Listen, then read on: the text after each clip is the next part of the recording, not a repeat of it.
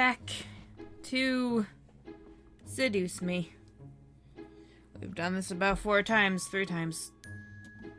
James, Sam, Eric. 3 times so far. This is the 4th time. 4th boy. Let's hit it. Stay and help around the house. Are you sure? My name is Buttpluff in this one. Thank you very much. I'm sure, besides, it's my housewarming party. I should go and help out too. Want us to help out as well? If you don't know what's going on, see the first episode. And then just keep going. I think we got it all taken care of. Thanks though, girls. Alright, we'll head on out then so we're not in the way. Ciao guys, I'll hang out with you guys soon. It's all good, Anderson. We'll definitely come to the housewarming party tonight. Thank you. I led them back to the lobby and walked them to the doors, opening it for them with a thankful smile. They both gave me hugs before walking out to Naomi's car, which was parked in the driveway. And with that, they left. I was happy that they wanted to help, but I had to do this on my own. It was not their work, so I didn't want to force it on them just because they were my best friends. We had the entire day to work. The party was tonight, and we had to do all we could. And we had to do it all.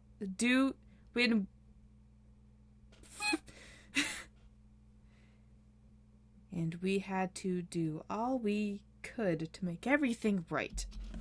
All the boys right now just judging me. Just judging me right now. Okay. We sat down and talked about what needed to happen before the party started that night. Each guy had been assigned a different part of the party to do, and right after lunch we began to work. Since everything was taken care of by at least one incubus, James told me I could assist one of them. The question was who? Oh, but who? Well, it's not going to be Sam, it ain't going to be James, it ain't going to be Eric, so it's either Damien or Matthew. We could help Matthew in the kitchen. I walked into the kitchen and instantly looked over at Matthew, who was quickly slicing up strawberries and placing them into the nearby bowl. I walked over and looked over his shoulder to watch. Matthew didn't seem to mind, so I decided to ask him a question. What you making? I'm going to make a large batch of strawberry cupcakes. Ooh! The strawberries are going to be the top pieces. Holy crap. That sounds really good. Well, that sounds delicious. Can I help? Yeah, I kind of hoped you would. Can you start by making the batter for the cupcakes? I put the ingredients and some directions on the counter over there. I just realized we've not really heard Matthew Spock. We haven't heard Matthew Spock. We haven't heard Matthew talk a lot. I mean, he had those once in a while lines, but he's not talked a lot, really. That's Z. Why am I pushing Z? I nodded before heading over to another counter, where a string of ingredients and a small note card of directions sat nearby. I smiled at being into work, mixing the ingredients and pouring the batter into the cupcake tins to bake. I had to admit, I had a little bit of a mess, but I felt like cupcakes were still fine.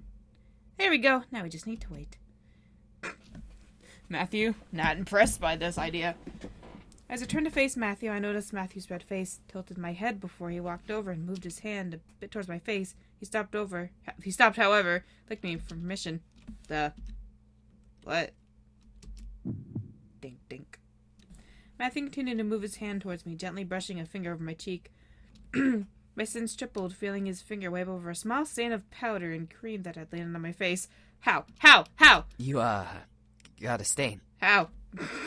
How, though? Stick your face in the batter. Matthew's finger was ginger and timid, wiping the stain off with as little as contact as possible. Lightning shot through my body at each wipe, running down my spine in jolts. I closed my eyes unconsciously, leaning into his touch and naturally wanting more. We don't. Actually, yeah, we do want to do this. Go ahead. Continue. However, Matthew pulled his hand away, causing me to open my eyes and look at him. Matthew was biting his lower lip as he pulled his hand to his chest. Sorry. I got it all? Use a tissue. God, you awkward little fuck. Okay, thank you. Matthew quickly shook his head and grinned in his goofy grin at me before continuing to make another appetizer for the party. I blinked a couple of times, wondering if I saw if what I saw was real. The hour of the house party had arrived in my mind. I kept double and triple checking the essentials for the party. Knowing my dad, he invited his business partner, partners and executives in the Anderson Company to show me off. I stood in front of the mirror in my room, staring at the form as a million thoughts ran through my mind and blah, blah, blah. Wow, now's my chance to succeed Dad's expectations. I was truly alone, but I have the incubi. Oh my gosh, who is it at the door? I really don't care. Yes, we look fucking gorgeous. Yeah, I'm ready. That's beautiful. Thank you. Yeah, ready.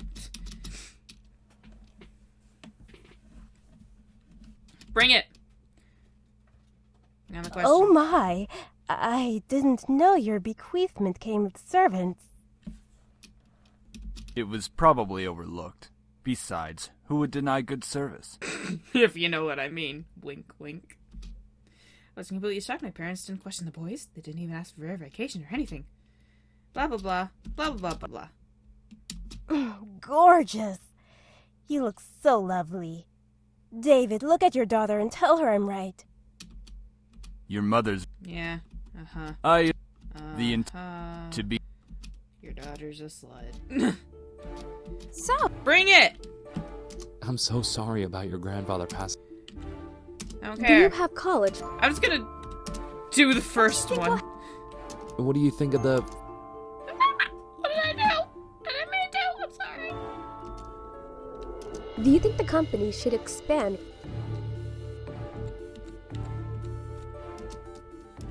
I don't even care.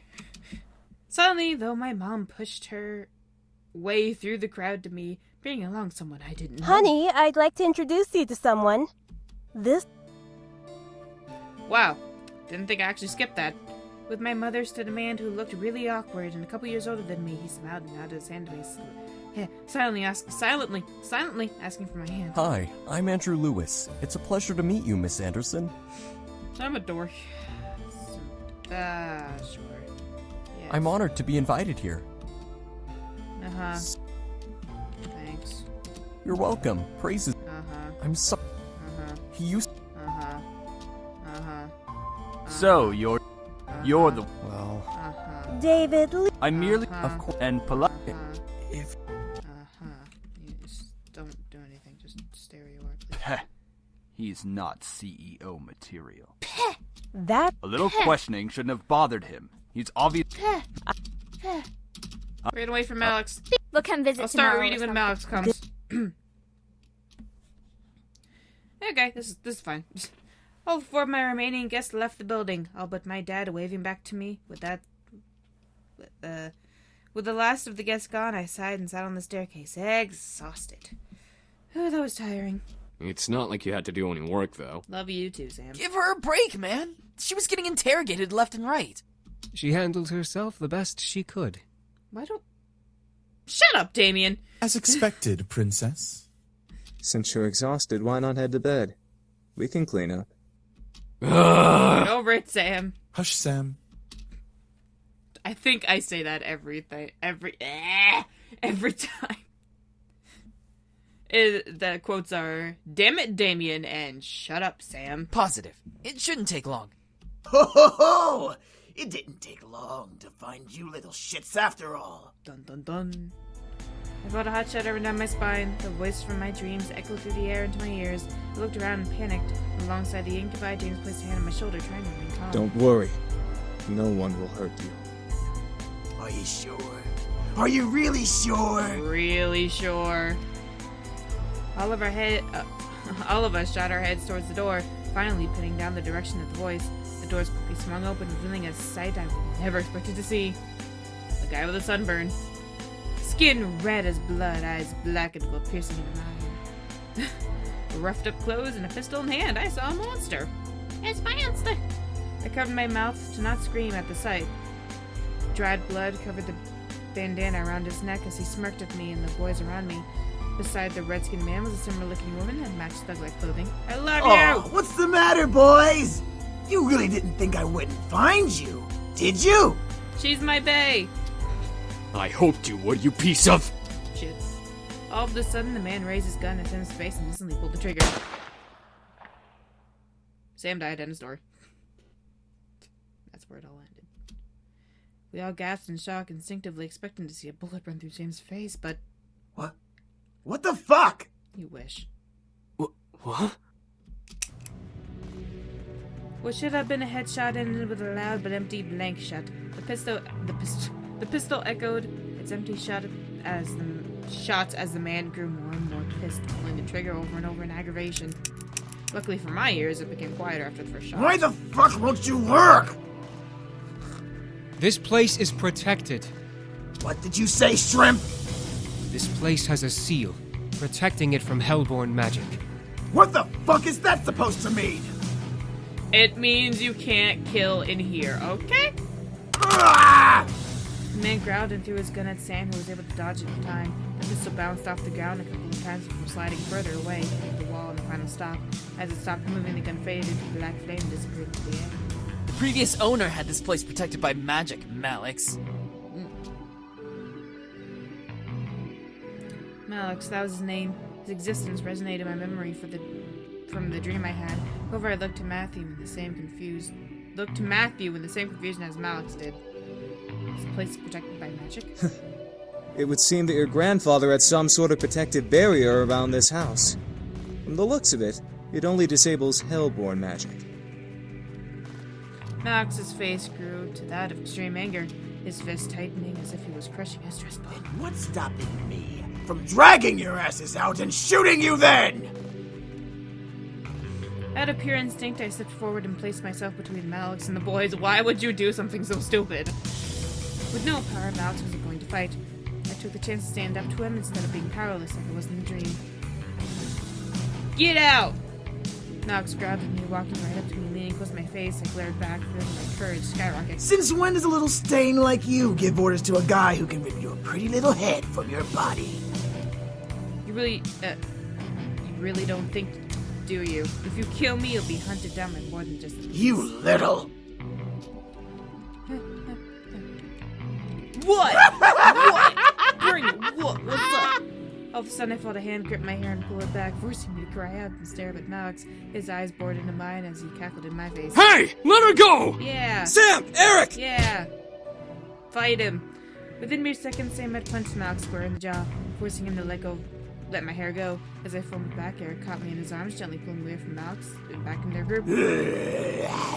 Come on, Sam.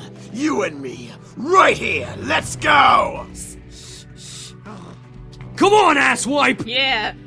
However, before both could fight, the woman stepped forward and placed a firm grip on Malix's shoulder. That's enough, Malix. You're so cool. What?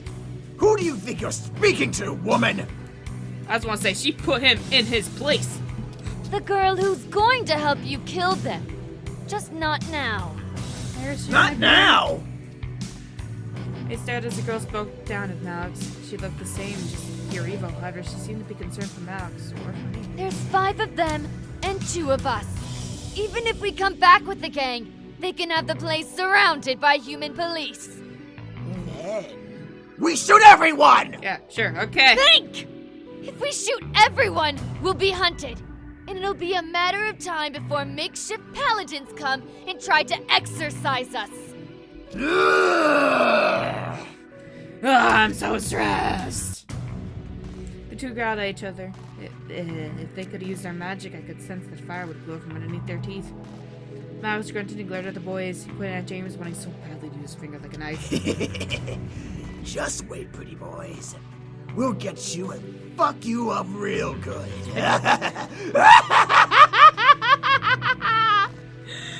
When he says the line, "We'll fuck you real good," I can just imagine him doing like a humping motion with his hips, just a thrusting motion.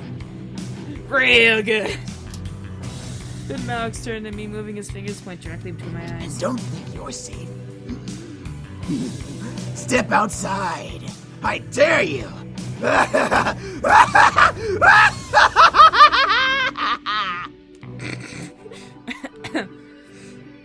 took my headphones off for that one. With that, Malix and the woman walked out of the mansion. The doors closed behind them, leaving the boys and I alone once again. I felt my knees give out from under me, forcing the boys to quickly turn to catch me. Whoa! Are you alright? Something's blinking. Yeah, why was he here? Oh, gotta push a button. Closely tracking us. Our blood trail from the forest must have led him here. We should have stopped him and finished it here. For once, Matthew, I agree with you.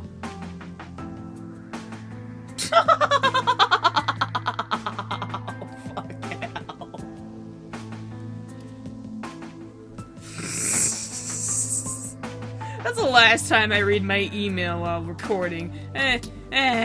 Freaking YouTube comments. I stood up and rubbed my arms, feeling the goosebumps Alex left behind on me. I couldn't stop myself from shivering in fear of his words. Alex, was he a demon? That son of a bitch is not a demon. He's a devil. A devil, there's a difference? Yes. Demons come from a different plane of existence called the Abyssal Planes. Devils, however, come from one of the 7 circles of a place humans know as hell. Despite us not being human, we are very different creatures. We actually have brains, for one. Devils always like to cause trouble and try to kill or torture others for their own enjoyment. Demons, like us, know when to use our powers and when not to. We're not stupid. Sure about that? Devils follow orders from higher-ups in their order, and their power only comes from their connection to hell. Demons all have free wills and don't rely on where they came from to use their powers. This was all so damn confusing for the 4th time in a row. I still don't get it. Demons and devils and magic all existed in Demons, devils, magic, oh my! All existed and I happened to land in the middle of it. What do we do? You're safe. You've been protected as well. You just know everything, don't you, Damien? What Damien's saying is that the magic that protects this place also protects you. Oh, well, that's good. Your grandfather must have cast it when you last saw him or something of that nature. We can sense its aura around your body. I just want to point out that they all have different mothers. So they're not actually brothers, they're half-brothers. Just saying. Did I ruin that for you? Damien, did I ruin it? Sorry, Damien. I couldn't believe my ears. It was the 3rd day of surprises, and this one took the cake in being the most surprising. Felt my head spin once again. What did I get myself into? Miss, please don't worry. We'll find a way to train ourselves and become stronger to finally finish this feud. If you're sure. I'll kick his ass right now. Until then, we'll protect you as much as we can. If Malix comes back, we'll be here for you. You sure about that, Eric? What about going outside, won't he? Like we said, you have a protection spell on you. Even if Malix attacks you, he won't be able to use his magic on you. He'd be just like any other human you can fight back against. Didn't you say you knew Taekwondo? Taekwondo? Yeah. Why do I do this? I felt somewhat relieved that I was mostly safe from Alex. Still, I could not help but feel very nervous and apprehensive about the future. The boys were safe here to train and become stronger, but what if Alex did the same? Even more so, I was lost about how my grandfather knew about magic. I had to find out. At least I had time. I went to bed that night feeling nervous. Despite the words of the incubi, I felt like a target of something I'd never be able to explain or prove. Magic, devils, demons, oh my! How did this all even happen? Should I really meddle with the situation? They're only staying here until after they defeat Malix. That's right, they said that. They said they'd only stay until after they defeated Malix. After that, my life would go back to normal. Temporary insanity, as Kay would say. We have still not met Kay. The question was then, would I want them to leave? If my life went back to normal, then I'd have to care for the house all on my own. I'd get to focus on my life instead of being distracted by the boys. I'd have to. My life. Where was my life going anyway? Time to get deep. I was under pressure from my parents with only my friends and the boys to comfort me. Without the boys, I'd have no way to hide from my responsibilities. Enough, let's just sleep for now and deal with it tomorrow. Deal with tomorrow when it comes. There we go. Defeating my sense of thought, I forced myself to sleep, unsure of what tomorrow had planned for me. Hopefully, whatever the future had for me, I would be ready for it. I promise to be with you forever. You're so important to me. I swear I'll give my life to you. Please, let me love you. Mm-hmm. I'll be by your side, always. Mm-hmm. I can't imagine living without you. I want to be with you. I love you. Yeah. Slowly opened my eyes, letting the voices in my dream echo in my head and force me awake. I rubbed my eyes before sitting up and looking at the clock. 7 a.m. Why am I high? Why? I fell back onto the bed and closed my eyes, trying to go back to sleep. However, something kept me awake. Why? It's too early to be alive. I gave up and sat up, staring at the fireplace across from my bed. A sigh escaped from between my lips before I threw my legs over the side of the bed. What to do at 7 a.m. in the morning? Make some coffee. I decided making coffee was the best in surviving the rest of the day. Why not? I haven't had coffee in forever. Got out of bed and made my way to the kitchen, unconcerned that I was in my pajamas and tank top. I rummaged through the cabinets for a coffee machine and any makings for coffee. Sure, my grandfather had some. French press. Oh, it's better than nothing. As I began to make my coffee, I checked my email and texted my phone. No new important emails, no text messages. I sighed, I quickly made my coffee, just how I liked it, and sat on the counter. But then I began to wonder, would this happen every day? I let the question linger in my mind for a whole morning. I did not think once about the boys or Malix. Everything was peaceful. Everything was average, nothing magical, dangerous, or unusual. I held the space bar. I returned to bed, feeling the weight of the morning dragging me under my covers to try and sleep again. I had energy, but I wanted more sleep. It was Sunday, and nothing was happening today. Come on, eyes. Go back to sleep. I shut my eyes and tried to slow my breathing. Looked at my phone to check the time once again. It was noon, yet it felt like I had slept for much longer. Why is the time going so slowly? I sighed, got changed to normal clothes, and went out to the main hall and sat on the stairs. Sundays were very boring. However, the muffled sound of battle caught my attention. Eh? I quickly went out to the backyard in response to the noise I had heard. In the yard were all 5 boys practicing fighting. Sam was in the middle with the other 4 surrounding him and throwing punches and kicks at him. Sam, being the strongest of the bunch, blocked and dodged, each almost masterfully. I just watched the boys as they were very much in their own world. Focusing on the training, they were all... Should I not have done that? Oh, wait. Yeah, I got... Oops. I am so confused. I just don't want to mess anything up. Alright, don't worry about it. Pizza's always good no matter what time of day it is. Do we have any? Luckily, we had some pizza in the freezer to heat up. Pizza moles, baked with love pizza. Had all the makings of pizza types, including pepperoni, sauces, mushrooms, and extra cheese. Just top it, bake it, and serve it. I'd had to get more later. I placed the food in the dining room, however, none of the boys were there. By the time I brought the final dish out, I carried that dish to the main lobby, catching the boys separating into different rooms of the house. Part of me wanted to go to one in particular. The other part of me wanted to just leave them be and take the food in my hand to my room and eat. Maybe I could go out today while the boys focused on training. I quickly rushed back and grabbed a second food dish before hunting down one of the boys. I looked down each hall, trying to find one of the incubi wandering so I wouldn't have to go through each individual room finding them. Pierced my lips in irritation. Where the heck are they? What? I sighed, knowing that I would have to search for them each room. Quickly turned my head. I gasped. Ah! God, fuck. I thought I got it wrong. Matthew, what are you doing? Just my butt. Messy. There we go. Matthew, what are you doing? Matthew was crouched near the kitchen doorway, peering into it as if a rat had gotten loose in the pantry and he was the stalking exterminator. Matthew? What? I quickly shut my mouth and pressed my lips together in silence, confused but fearful as to why I had to be quiet. I tiptoed to Matthew, who was crouching by the entrance to the kitchen. His gaze and head moved across the side of the kitchen, still trying to find whatever he was looking for. He's in there. Oh, are you talking about that creepy bunny thing? Matthew? What? Matthew's face was seriously fearful and intense. Who was freaking him out so much? My mind, however, instantly pinned the person down to conclusion Malix. No. It's not Malix. It's that creepy squirrel thing with the knife. Matthew? Malix, why did he come back? Why was he in the kitchen? Getting some of that pizza, girl. I started to freak out, remembering the fear I had felt the first time we had met. However, I wasn't sure. Where were the others if Malix was... I lost sight of him, but I quickly found him and cornered him in there. I know he's in there. Matthew! Who's in there? That God! Killer thing! That was right! Oh my gosh, why? Fluffy killer thing. bit my lip, suppressing a laugh. Once I swallowed my laughter down, I let out a sigh. You mean you're cute, bunny doll? Yeah, that thing. Wait, it's not cute! No, it's not. It's terrifying. Matthew instantly regretted not whispering and covered his mouth. I could not help but giggle. What's he doing in the kitchen?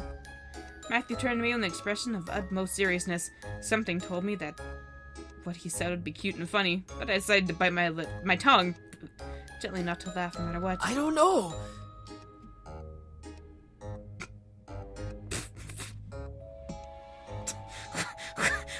What? This was not the sex scene I was anticipating for. I failed to keep hold of myself and started to giggle. Again.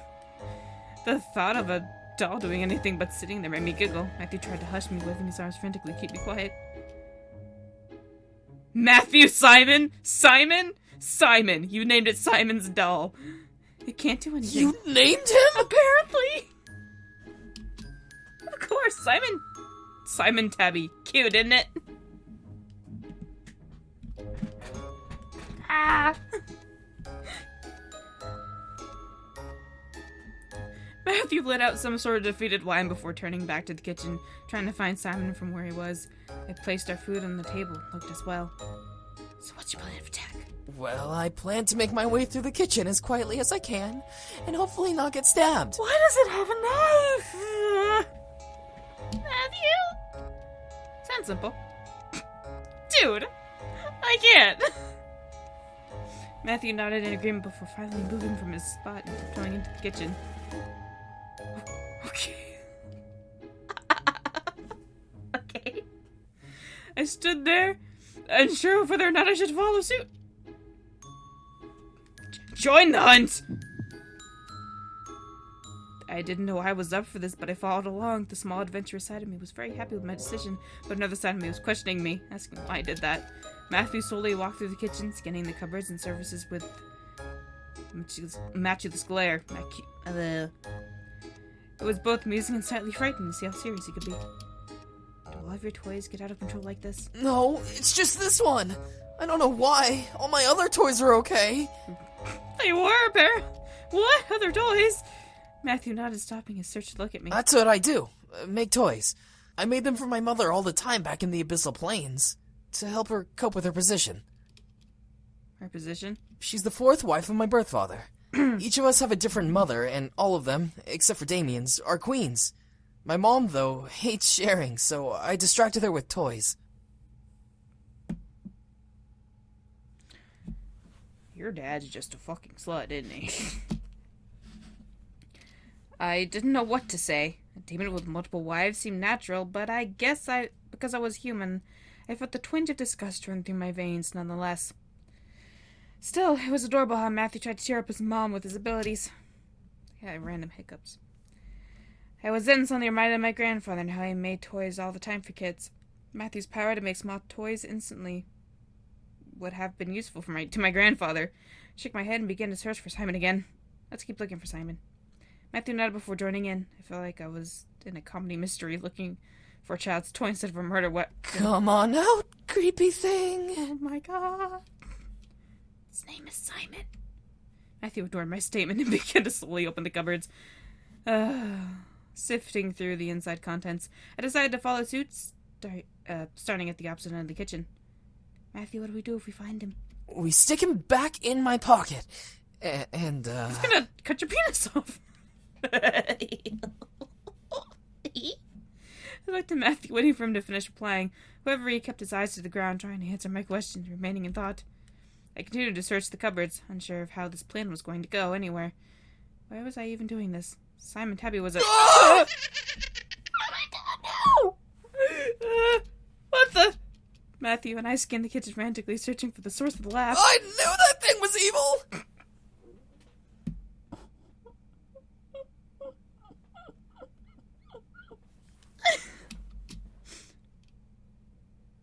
I'm terrified. I'm terrified. Suddenly everything went black.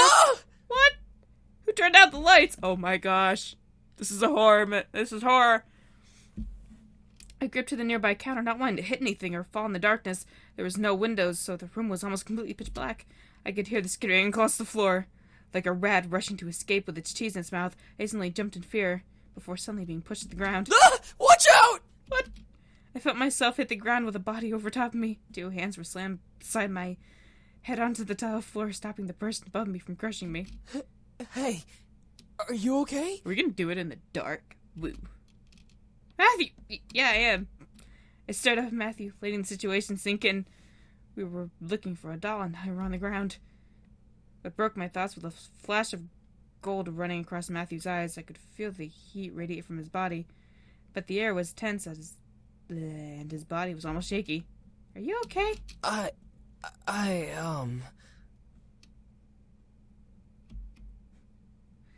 heard him gulp, answering my question. He wasn't okay. I could tell, but he wasn't moving.